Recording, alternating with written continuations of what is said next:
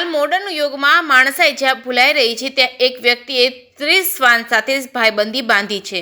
ઋષિ વનમાં જીતુભાઈની 30 શ્વાન સાથે અનોખી ભાઈબંધી છે। જ્યારે જીતુભાઈ બહારથી આવે ત્યારે ગાડીનો હોર્ન વગાડે ત્યારે પાર્કના દરેક શ્વાન એમના બંગલે પહોંચી જતા હોય છે। જ્યારે જીતુભાઈ બહાર જાય કોઈ કામ માટે તો એમના બંગલાની બહાર રખવાડી કરતા હોય છે। હાલના મોડર્ન યુગની પરિભાષા પોતાનો સ્વાર્થ અને વૈભવી જીવન બની રહી છે ત્યારે પ્રકૃતિના ખોળે સદાય પોતાની સવાર ખીલવતા જીતુભાઈએ વર્ષોથી પોતાના ઘરથી દૂર રહીને વન્યજીવને પોતાની જીવન પ્રણાલી બનાવી છે। ઋષિવનમાં જ રહેવાનું પસંદ કર્યું છે। હાલના સમયમાં માણસ પાસે માણસાઈ ખૂટી ગઈ હોય તેમ માણસ માટે લાગણીઓ વિસરતી રહી છે ત્યારે જીતુભાઈએ 30 શ્વાનને પોતાના ભાઈબંધ બનાવી લાગણીઓ અને પશુ પ્રત્યે પ્રેમનો સાગર વહાવી રહ્યા છે।